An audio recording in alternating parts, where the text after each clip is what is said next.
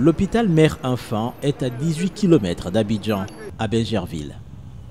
Inauguré en mars 2018, cette belle œuvre architecturale se positionne déjà comme une référence en Côte d'Ivoire par la qualité de son plateau technique.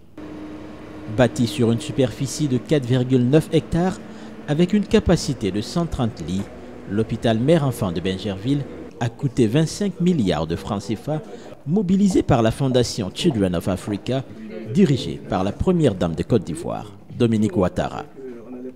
Afin de contribuer à la prise en charge en urgence des cas d'évacuation de la mère et du nouveau-né, l'UNFPA, le Fonds des Nations Unies pour la population, vient de mettre une clinique mobile à la disposition de l'hôpital.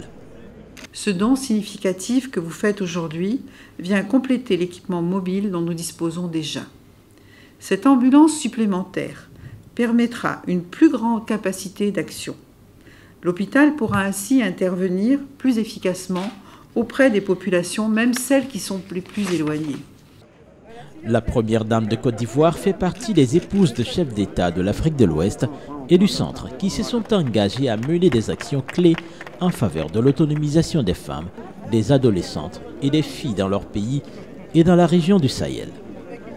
Elle soutient ainsi la mise en œuvre du SWED, le projet d'autonomisation des femmes et dividendes démographiques au Sahel. C'est d'ailleurs Abidjan qui a accueilli récemment le forum du partenariat public-privé autour du projet. L'objectif était d'amener le secteur privé à soutenir le SWED. Gagner ce pari demande un peu une implication de toutes les forces vives. Donc le secteur privé est un acteur important, pas seulement donc, du point de vue apport, ressources financières, mais c'est une source de connaissances, donc une source de savoir, une source d'expérience, mais également un acteur qui permet un peu d'amplifier l'offre de services.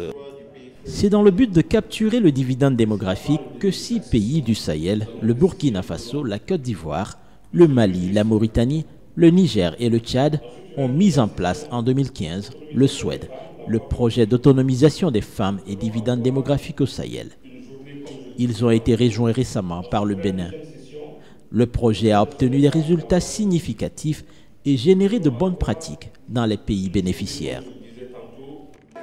Ces résultats encourageants sont à l'origine de la volonté exprimée par les États et la communauté internationale de voir le SWED renforcé et étendu à l'ensemble des 11 pays du Sahel et au-delà.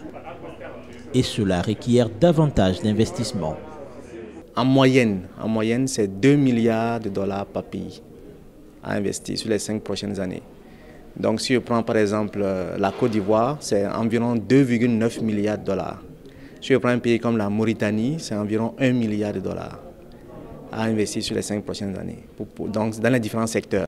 Le Forum d'Abidjan a offert l'opportunité aux leaders politiques d'interagir avec des dirigeants d'entreprises en vue d'amener ces derniers à mieux comprendre l'importance de leur contribution potentielle au projet SWED. Plus spécifiquement, les échanges ont permis de vulgariser les thématiques d'autonomisation des femmes et le dividende démographique et de mettre en exergue les liens entre le projet SWED et les intérêts stratégiques ou programmes soutenus par le secteur privé.